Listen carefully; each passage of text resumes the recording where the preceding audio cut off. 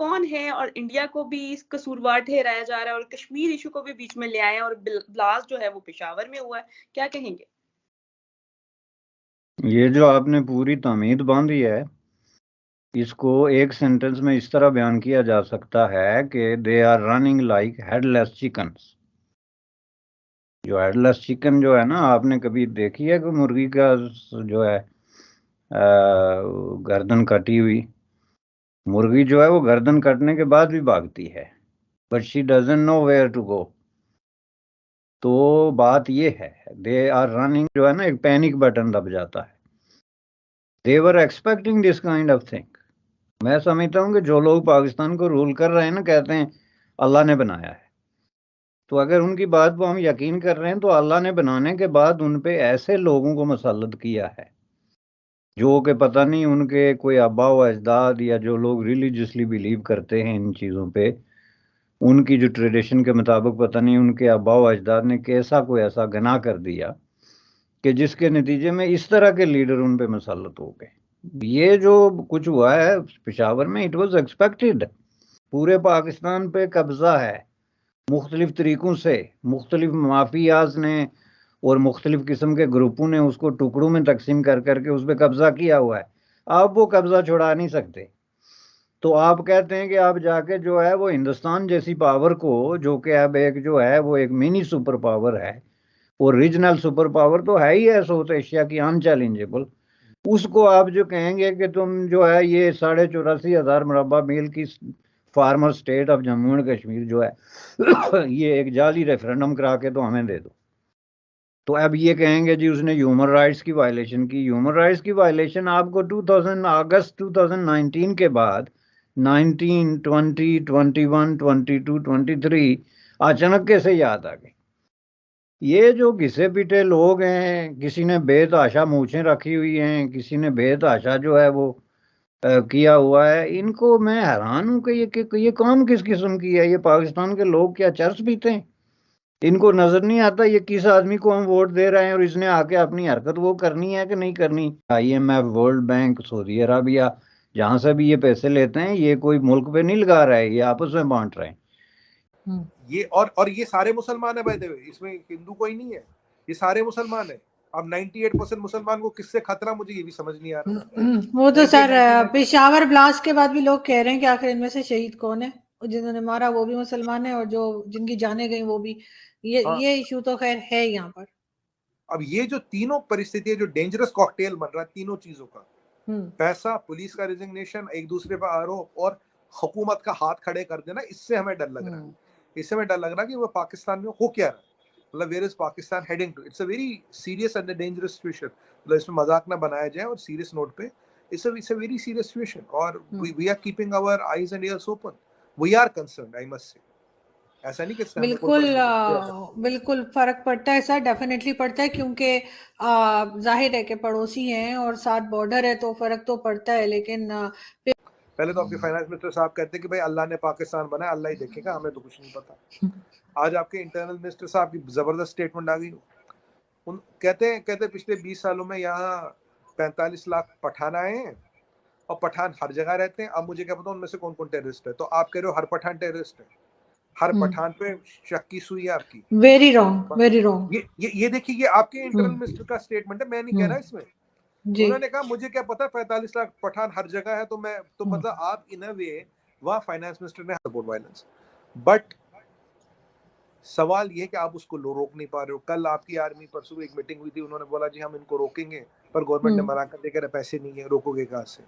और असली डर तो आपका ये है कि अगर आप उनको रोकोगे तो आपके पास जो 2-3 दिन का एम्युनिशन बचा वो खत्म हो जाएगा, तो यहाँ वनरेबल हो जाओगे इंडिया के अगेंस्ट।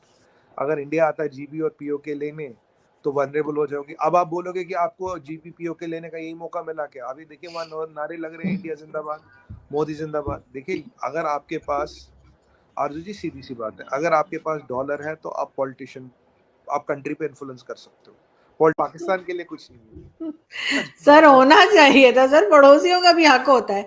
तो बजट में जो है वो आप बहुत लोगों को जानते हैं, तो आप बिल्कुल मोदी जी तक ये बात पहुंचाइएगा कि बहुत गलत बात है कि उन्होंने अपने बजट में पड़ोसियों का बजट नहीं रखा, जो कि होना चाहिए था। आरजू जी, आपको तो कम से कम आपकी इकोनॉमी को रिवाइव करने के लिए तो $200 बिलियन चाहिए, सच बताऊं आपको। मतलब अगर 200 बिलियन आएंगे तो कि पेशावर में जो कुछ हुआ है it's a very tragic scene, तो उसकी तो बहरहाल जो है मजम्मत करते हैं हम, और बार बार करनी चाहिए। ये बहुत ही बड़ा एक बारबैरिक और किसी भी तरीके से अनएक्सेप्टेबल एक्ट है against humanity, against people of Pakistan, against anybody, ख्वाह वो उनका कोई भी टारगेट था, ख्वाह वो मास्क में हुआ, रिलीजियस सेटिंग में हुआ। तो इससे जो है ये बात जो आपने बयान, उसके बाद इनका पैनिक बटन दब गया और ये पैनिक बटन दबने के बाद पाकिस्तान में, मैं आपको पूरे दावे से लिख के देता हूँ कि जब कभी भी पाकिस्तान की जो है लूली लंगड़ी किस्म की जो क़यादत है उसका पैनिक बटन दबता है, तो वो सबसे पहले जो है अपनी पटारी खोलते हैं। उस पटारी में 2-3 चीजें इन्होंने रखी हुई हैं, एक कश्मीर है, एक जो है वो पाओ पाओ के एटम बम है, और एक जो है वो कशकोल है जो चंदा करने के लिए साफ सुथरा करके उसमें रखते हैं। तो इन्होंने वो पटारी खोली, तो पटारी खोल के तो इन्होंने कश्मीर को जो है वो मदारी के कबूतर का वो कहा था अरुंधति राय ने एक दफा कि ये मदारी की कबूतर की तरह उसको निकाल के टेबल पर रख दिया। अब ये उसका तमाशा लगा क्या रहे हैं कि जी ये जो काम हुआ है इसके पीछे इंडिया का हाथ है, यानी आपके बंदे, आपके अपने शहरी, आपके अपने पुरअसरार और गाजी और मुजाहिद और मुतबर्रक और पता नहीं बुजुर्ग और क्या क्या नेकोकार, उनके कोई 100 खताबात हैं, तो वो आपने खुद लाए, वो आपके गली मोहल्लों में, आपके खेतों खलियानों में, आपके पहाड़ों पे घूमते हैं फ्रीली, आपके लोगों को बंदूक के जोर पे लूटते हैं, और आपको उसमें इंडिया नज़र नहीं आता, और जब उन्होंने आप पे बम फेंक दिया तो आपको जो है वो उसमें नज़र आ गई जी इंडिया की साजिश या राह की साजिश या खाद की साजिश। ये जो एजेंसियां हैं इधर उधर हैं, वो राह हो या वो एक बरतानिया की भी बड़ी मशहूर है, पता नहीं क्या कहते हैं, MI6 के कौन सी है या CIA है या जो भी है, ये क्या आलू छोले का कारोबार करते हैं? इनका काम क्या है? कोई मुझे बताएगा पाकिस्तान का कोई ये पैनिक आदमी कि इन एजेंसियों का रीजन क्या है, व्हाई दे एग्जिस्ट? वो क्या आपके फूल बरसाएंगे? आपकी एजेंसियां जाके दूसरे मुल्कों में घर पाओ पाओ के बम प्लांट करेंगी तो वो वापस आके तो आपके फूल बरसाएंगे? तो ये एक उन पे ब्लेम लगा दिया। दूसरा ये लगा दिया कि अब हम देखते हैं जनाब कश्मीर आज़ाद करा के छोड़ेंगे। भाई तुम लोगों को अपने हॉस्पिटल, अपनी मसाजिद, अपने जो है वो लोग, अपनी जो फैसिलिटी है, मोस्ट सेंसिटिव एरियाज हैं, उनकी हिफाजत नहीं होती, उनको आज़ाद नहीं करा सकते। पुलिस वाले कह रहे जी हम तो लड़ेंगे ही नहीं, क्योंकि कहीं ना कहीं अगर मरने, अब ये किसको पता यार, यहाँ 90% या 99% जो नमाज पढ़ने आएगा वो पुलिस का ही है। और अब इसके तार जोड़िए आप तहरीक तालिबान की धमकी के साथ। उसने क्या कहा था कि भाई पुलिस, आर्मी, ISI या पॉलिटिशियन पे हमला करेंगे, हम सिविलियन पे हमला नहीं करेंगे। पहला हमला पुलिस स्टेशन पे कब्जा, जिसमें स्पेशल सर्विसेज ग्रुप के कमांडो जहाँ भाग हुए थे छुड़ाते। दूसरा पेशावर की मस्जिद पर, ये मस्जिद दिखती पर ये बेसिकली यही सारे पुलिस वाले, ये सारे फौजी हैं। और अब जो आज सुनने में, आज भी किसी पुलिस स्टेशन पे, पता नहीं जगह का नाम मुझे याद नहीं जी, मियांवाली का था। हाँ मियांवाली, करेक्ट, मियांवाली आज फिर पुलिस स्टेशन। तो जो तहरीक तालिबान ने कहा वो तो चीजें जारी है, या तो पुलिस है या आर्मी ISI है या ये आपका पॉलिटिशियन है। पॉलिटिशियन तो आपके अपने लिए बख्तरबंद गाड़ियां बना ली, वो तो बुलेट प्रूफ जैकेट में घूम रहे हैं, उन्हें तो खैर इतनी टेंशन है नहीं। और आज ये जो पुलिस वाले अब कह रहे हैं हम नहीं लड़ेंगे, ISI मुर्दाबाद के नारे लग रहे, खतरनाक ही है, ज्यादा डरावना ये है, क्योंकि पुलिस को भी कहीं ना कहीं इसमें ISI या कभी एस्टेब्लिशमेंट पे डाउट लग रहा है कि भाई इतनी सिक्योरिटी होते हुए ये अंदर कैसे है। और ये तो पुलिस वालों को भी पता है, इतने सुसाइड वेस्ट में इतना RD को खरीद सकते हो, तेल है तो कंट्री का इन्फ्लुएंस कर सकते हो, डॉलर है तो पॉलिटिशियन, इन्फ्लुएंसर पीपल उसको खरीद सकते हो। पर अगर आपके पास खाना नहीं है तो जनता पलट जाती है। अभी हालत तो ये है कि खाना नहीं है, अभी हालत तो ये है कि ब्लैकआउट इतने हो रही, दिक्कत इतनी हो रही, जनता परेशान है। सुनने में तो ये भी आया कि जो 360 रुपए किलो चावल है वो तो आपके बाकी प्रोविंसों में तो मिल रहा है, पंजाब में तो मिल रहा है, बाकी प्रोविंसों में वो भी नहीं मिल रहा है। आज ये भी, कल आपके बजट में एक और चीज पता है, कल आपका बजट चल रहा था, हमारा चल रहा था, परसों की बात है कि IMF ने कहा यार आपने 2 ट्रिलियन रुपीस, आपका बजट 9.5 ट्रिलियन रुपीस का होता है, उसमें पता लगा 2 ट्रिलियन रेवेन्यू तो आपने नकली दिखा रखे हैं। तब इन्होंने बोला 600 बिलियन रुपीस का, मेरे मुंह से डॉलर निकल जाए पर वो रुपया है, मैं सबको बताता हूँ, वो है 600 बिलियन रुपीस का आप पाकिस्तानी रुपयों का मिनी बजट लाओ। अगर आप मिनी बजट लाते हो तो ये जो आटा है तो 500 रुपए पहुंच जाएगा, पेट्रोल 350 रुपए पहुंच जाएगा, वो तो और आज भी खबर आई है कि, और जबकि आपने सारी एलसीज बंद कर दी है, सारी एलसीज ऑनर करनी बंद कर दी है। कल एक पाकिस्तानी बड़ा परेशान था यूएस में, हमारे साथ एक शो में आया था न्यूज चैनल पे, टीवी पे, उसने कहा वो पाकिस्तानी फ्लैग जला रहा था। हमने पूछा क्यों जला रहा है, कह रहा मेरा पाकिस्तान का डेबिट और क्रेडिट कार्ड कहीं नहीं चल रहा, it's denied by all the banks in United kingdom.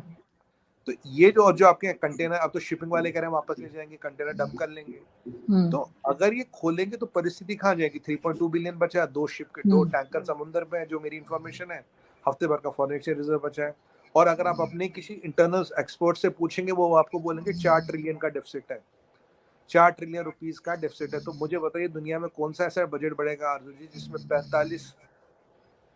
45% physical deficit हो, 45%, 2%, 3%, 4% तो समझ आता, बिल्कुल यहाँ 45% फिजिकल डेफिसिट है। इसीलिए मैंने कहा 200 करोड़ चाहिए।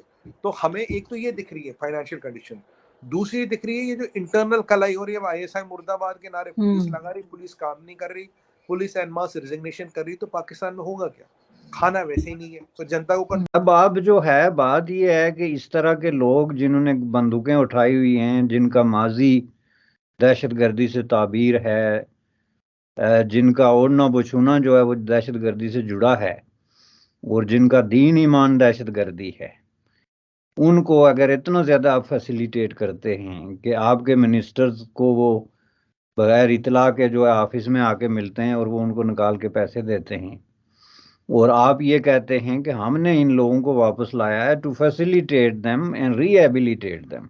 ये जो सबसे बड़ी बात थी जिस पे बहस उस वक्त भी हुई थी कि क्या इस तरह के जो है दहशतगर्द जो इस तरह के क्रॉनिक अगला स्टेज जिसको आप कहते हैं किसी बीमारी का, उस पे पहुंच चुके हूँ, क्या उनको किसी तरीके से कोई ऐसी रेमेडी मौजूद है पाकिस्तान की ऑलरेडी जो ब्रोकन और जवाल का शिकार सोसाइटी के अंदर, क्या वो जो कोई स्वीडन या नॉर्वे है कि वहाँ रिहेबिलिटेशन सेंटर्स हैं और वहाँ उनका जो है साइकोलॉजिकल और मेडिकल होगा और पता नहीं क्या होगा, ये क्या मजाक कर रहे हैं। तो इनको लाया गया था, और ये इनसे अगर ये तवक्को रखते थे कि इन हथियारबंद लोगों को ले आके तो इनको हम लूट मार से भी नहीं रोकेंगे और अल्टीमेटली हम पे हमला नहीं करेंगे, तो ये कैसे मुमकिन था। इसलिए मैं कहता हूं कि पाकिस्तानी लीडरशिप जो है दे आर हेडलेस चिकन्स, और इसमें कोई हिज़्ब इख्तिलाफ या हिज़्ब इक़्तिदार की बात नहीं, दोनों ने एक रोल प्ले किया। सवाल ये पैदा होता है कि पिछले साहब जो थे इमरान खान साहब, उन्होंने चलें गलती कर दी, उनको ले आए या उनके दौर में आ गए, या उन्होंने गलत अंडरस्टैंडिंग या स्टेटमेंट दे दी कि हम उनको रिहेबिलिटेट करेंगे, तो उसके बाद इनके पास कब से इक़्तिदार है, और इनके पास जो इक़्तिदार है उसमें ये IMF से और इंटरनेशनल